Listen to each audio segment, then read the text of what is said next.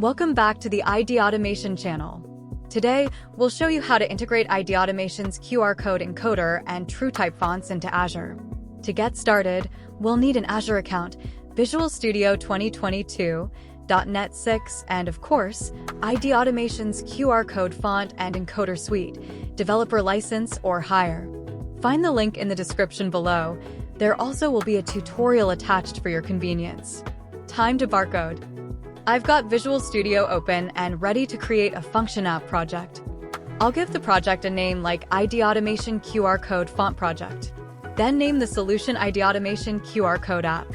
As of this filming, we're using .NET 6, a HTTP trigger type, and we'll set the authorization to anonymous. Though this is not recommended for production, we're using it for a speedy demonstration. You'll find we take the path of least resistance in this tutorial. Now, we'll run the project. It's important to test your project with how it is out of the box. It helps to rule out any initial issues. Copy the URL and paste it in your preferred API testing platform. I'm using Postman. Type in a name for the parameter. Now send, and as you can see, it is functioning as expected. Hello, Jack. This HTTP triggered function executed successfully. Stop the project and navigate to the Azure portal, where we are already logged in. We'll jump into creating a resource group. We use a resource group as an umbrella for all of the resources we'll need. Additionally, it makes cleanup a breeze. I'll name mine Demos. I'll also select East US 2. This will be the region I use for all resources going forward. Once the resource group is created, click on the resource group and find the Create button at the top of the Overview section. We're going to need a storage account. When creating the storage account, double-check it's in the Demos resource group. I'm giving the storage account the name IDA Font Storage. For redundancy, I chose Local Redundant Storage, and finally, I'll verify that the region is East US 2. Review and create the account. Located in the Storage Accounts menu, you'll see the Data Storage item. In the drop-down, you'll see Containers. I'll create a new container and give it a name, IDA Font Container. Now, select the container we just created and find the Upload button at the top. This is where we'll place our ID Automation 2D TrueType font. Upload the ID Automation 2D TrueType font from the QR code font and encoder package into the container. Having the font here allows us to access it without installing it on the machine. Once the font has loaded, select the font and copy its URL, paste it in Notepad or anywhere that's easy for retrieval. To ensure we can access the font, we'll need to edit the resource sharing policy or course. On the left menu of the storage account under Settings, navigate to Resource Sharing. Then we'll want to put in the local host port that we'll use for our project. Don't forget to set the allowed methods you need. We'll use get and finally save. A quick reminder, the code I'm about to paste can be found in the tutorial link below. Now, back in Visual Studio, I'll rename Function 1 to QR Code Generator. It will prompt you to refactor the class name, select Yes. I'll change the function name, and we can also erase the function contents now if we'd like. But before we paste in our generator function, we'll want to right-click our project and add a reference to our Dynamic Link Library or DLL from our purchased ID Automation package. You'll need a developer license or higher to use this library. The library will be found nested in the Developer Tools folder, specifically in the .NET and Assembly Signed folder. Once the library is added, check out its properties, and you can set Copy Local as Yes. Now we want to add a new folder to the project.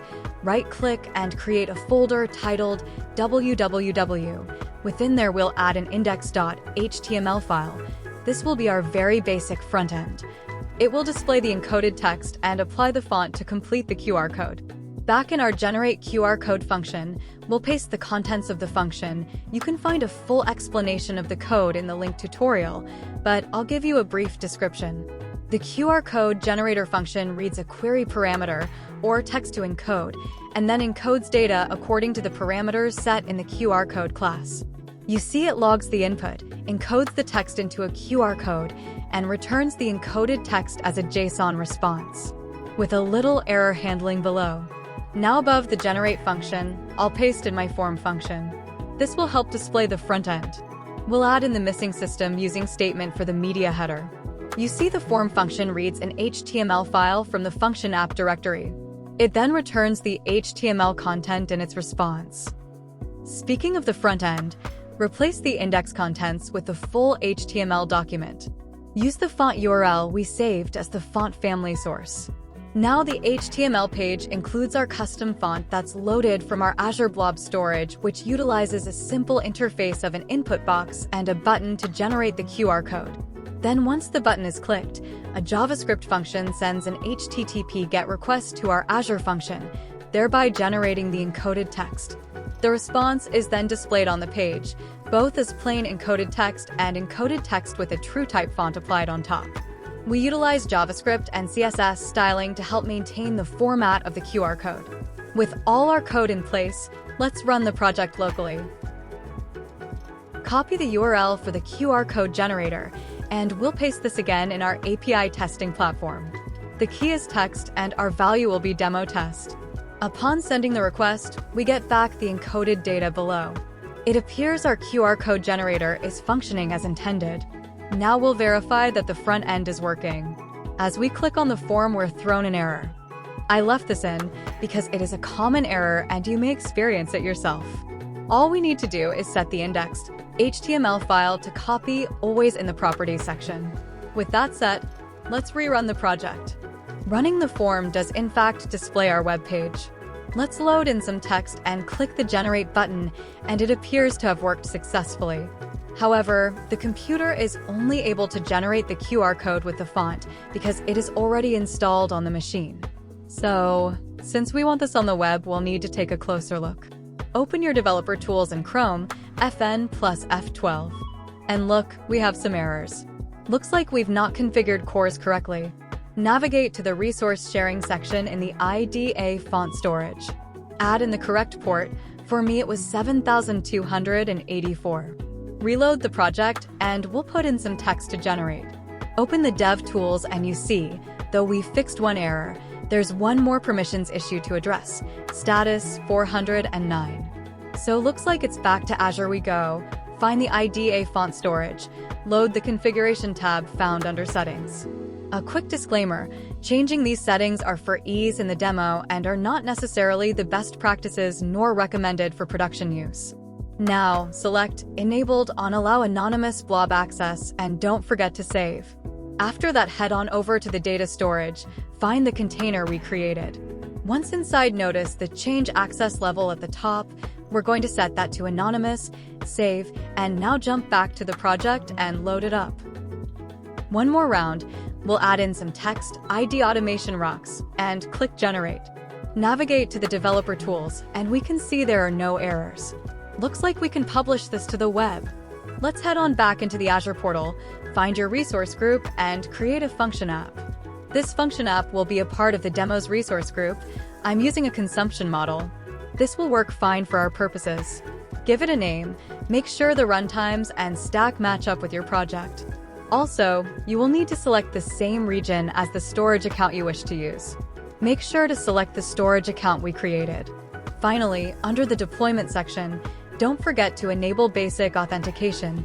Again, mostly for demo purposes, consult with your security team for their recommendations. Creating the function app may take a moment. Back in Visual Studio, you'll want to find the publish profile. We'll use the Azure instance we created for our function app. Also, uncheck Run from Package, then Finish. Once it is ready, in the upper right corner you'll find the Publish button. Publishing the project may take some time. Once loaded, copy the Azure URL and update cores in the IDA font storage. Add the Azure URL to cores and make sure to update the allowed method. Then, paste that URL in the browser, and you'll see a screen like so. Your function app is up and running. Now add the /API/form to load your Generate QR code page. Let's add in, of course, ID automation rocks and generate our QR code. We have our function, generating the encoded text. Then we are utilizing the Azure Blob storage to hold the font that we're applying over the encoded text to finalize the generation of the QR code. It feels like magic, but it's really just great software.